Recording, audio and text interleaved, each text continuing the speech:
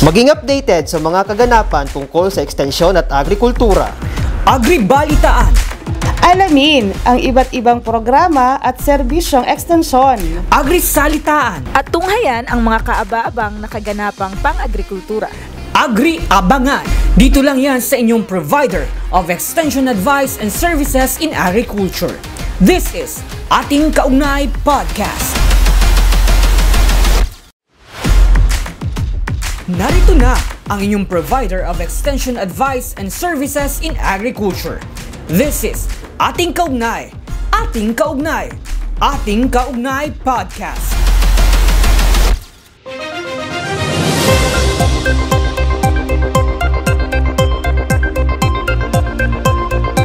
Magandang araw. Welcome sa Ating Kaugnay Podcast Episode 20 at narito na ang Agribalitaan para sa buwan ng Nobyembre. Dalawang huling SOWA ng ATI ngayong taon, matagumpay na nagtapos. 1,000 magsasaka ang nagsipagtapos sa magkahiwalay na School on the Air na binigyang prioridad ng ATI Bicol. 500 na mga magsasaka ng prutas at gulay mula sa iba't ibang bayan at isang lungsod sa lalawigan ng Masbate ay matagumpay na nagtapos ng School on the Air program on Good Agricultural Practices for Fruits and Vegetables na may temang Ating Kaugnay School on the Air on GAP sa prutas kag gulay. Ginanap ang graduation ceremony sa Masbate City noong ika-9 ng Nobyembre 2023. Ang nasabing programa na tumagal ng 4 na buwan at may 12 episodes sa radyo ay nagtagumpay sa pagbibigay ng alternatibong edukasyon sa mga magsasaka sa pamamagitan ng pakikinig sa radyo tuwing Sabado mula alas 9 hanggang alas 10 ng umaga sa 98.3 Spirit FM. Ang ATI Bicol sa pakikipagtulungan sa pamahalaang panlalawigan ng Masbate at ang Provincial Agriculture Office nito ang nagtaguyod sa programa sa ilalim ng High Value Crops Development Program or HVCDP. Ang mga coordinators ng bawat bayan ay naging tagapamahala sa mga piling magsasaka ng prutas at niyog. Samantala, 500 ng mga maginyog mula sa iba't ibang bayan at isang lungsod sa lalawigan ng Camarines Sur naman ang matagumpay na nagtapos sa masaganang kokobuhayan, School on the Air on Coconut Production and Processing. Ginanap naman ang graduation ceremony nito sa Pili, Camarines Sur noong ika-10 ng Nobyembre ngayong taon. Ang ATI Bicol sa pagkikipagtulungan naman sa Philippine Coconut Authority ang nagtaguyod sa programa sa ilalim ng Coconut Farmers and Industry Development Plan. Ang mga CFIDP coordinators ng bawat bayan ay naging tagapamahala sa mga piling kokotero. Ang nasabing programa na tumagal ng 4 na buwan at may 10 episodes sa radyo ay nagtagumpay sa pagbibigay ng distance learning sa mga magyunyog sa pamamagitan ng pakikinig sa radyo tuwing Biyernes mula alas 11 ng umaga hanggang alas 12 ng tanghali sa radyo natin na 89.5 Naga. Sa kabuuan, naging matagumpay ang isinagawang SOWA ng ATI Bicol sa mga lalawigan ng Masbate at Camarines Sur. Selebrasyon ng 9th OA Month isinagawa. Naging makulay at masaya ang ginanap na isang araw na culminating activity ng 9th Organic Agriculture Month Celebration na may temang Kabuhayang OA, Kinabukasang OK. Ang kaganapan ay pinagsamang pwersa ng ATI Bicol, DA Regional Field Office 5 at Central Bicol State University of Agriculture na siyang naging host sa culminating activity na ginanap noong nakaraang ika-20 ng Nobyembre. Bago pa man ito, ay nagkaroon na ng preliminary activity ang ATI Bicol na kung saan nagkaroon ng kabataang OA Quiz Bee na dinaluhan ng 3 universidad sa Bicol, Catanduanes State University, Central Bicol State University Main Agriculture Main Campus at Sorsogon State University. Ang nagwagi ay si Kian Eric Ganza ng Sorsogon State University. Siya ay tumanggap ng premyong 10,000 pesos. Ang mga kasama niya rin ay sa nasabing pamantasan ang pumangalawa at pumangatlo. Ang ika-4 ay taga Catanduanes State University at ang panglima naman ay ang CBSUA. Iba't iba pang mga aktibidad ang isinagawa kagaya ng Natural and Organic Trade Fair at OA MasterChef Cook-Off.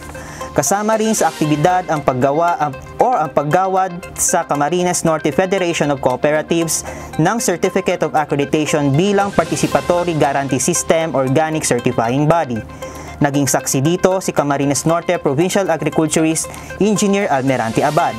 Ginawaran din ng OA Youth Scholarship Extension Grant na nagkakahalagang 150,000 pesos sa bawat isa sa 10 OA scholars. Ang grant ay gagamitin nila sa pagpapalago ng kanilang napiling proyektong pangkabuhayan. Ito ay bukod sa buwan ng stipend na kanilang natatanggap. Nagkaroon din ng pamamahagi ng karanasan at karunungan ang Joros Farm sa pamamagitan ng mag-asawang may-ari nito na sina Jose at Rosini Obligasyon tungkol sa organic farming. Ang Joros Farm ay multi-awarded farm na isa ring LSA ng ATI Bicol. Nagtapos ang araw sa pamamahagi ng mga seedlings at Certificate of Appreciation sa mga dumalo. BPP Provincial Summit sa Masbate naging matagumpay. Naging matagumpay ang pagdaraos ng binhi ng Pag-asa Program Provincial Summit sa lalawigan ng Masbate noong ika-23 hanggang 24 ng Nobyembre ngayong taon. Ito ay pinamagatang Dagitab, Kabataan Sandigan ng Kinabukasan na may temang Youth Pace, Producing Agripreneurs and Catalysts Toward Excellence. Ang institute ay nagkonsepto ng isang provincial summit na nagsisilbing capstone event para sa programa kung saan ang mga piling kabataan na benepisyaryo ay natipon upang pahusayin ang kanilang mga kasanayan sa pamumuno, magkaroon ng mahalagang kasanayan sa buhay, magbahagi ng mga karanasan at ipakita ang kanilang mga pinakamahusay na kasanayan at inobasyon sa larangan ng agrikultura at pagsasaka.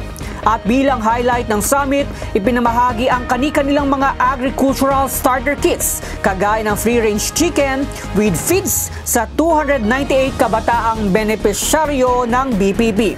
Sa pangkahalataan, ang Provincial Summit ay naglalayon na masuri ang implementasyon ng programa at magbahagi ng mga mahuhusay na kasanayan at karanasan para sa pagpapaunlad at pagpapanatili ng binhi ng Pag-asa Program na binigyang suporta ng Office of Senator Grace Poe. Iba't ibang gantimpala na sungkit ng ATI Bicol.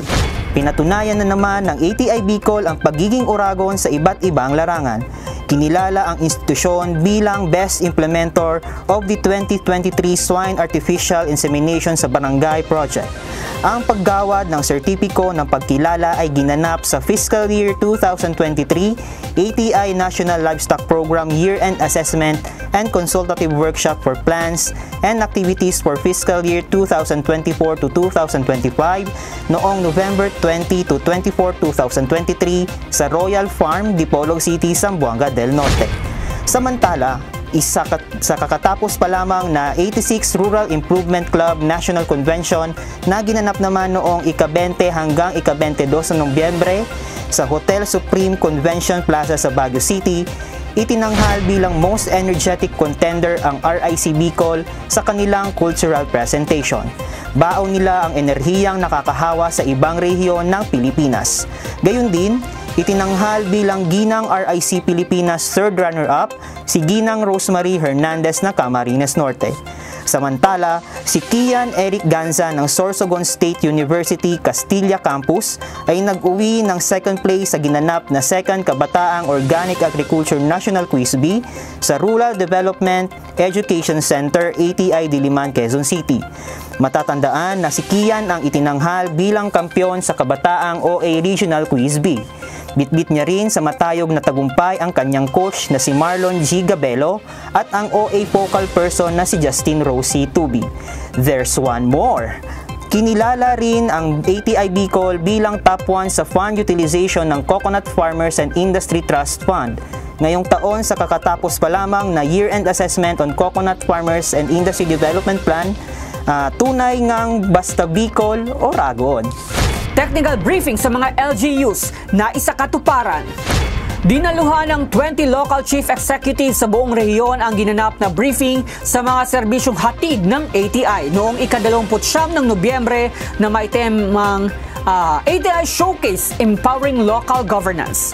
Layunin ng aktibidad na ito ay na ito na i-update ang mga local chief executive sa mga serbisyo at programang ekstensyon ng ATI upang ipaalam, turuan at hikayatin ng mga alkalde na gumawa ng desisyon sa pag-unawa sa lawak at lalim ng mga handog at potensyal na benepisyo ng ATI sa lokal na agrikultura at pag-unlad sa kanayunan. Ipresenta ng mga focal persons ng iba't ibang banner programs ng ATI sa 2024 at iba pang mga programa kagaya ng Province-led Agriculture and Fisheries Extension System or PAFES, Rice Competitiveness Enhancement Fund or RCEF, Learning Sites for Agriculture, CFIDP, BPP at ang mga programa para sa mga digital agriculture kagaya ng Technogabay Program, Digital Farmers Program at Rice Crop Manager Advisory Services.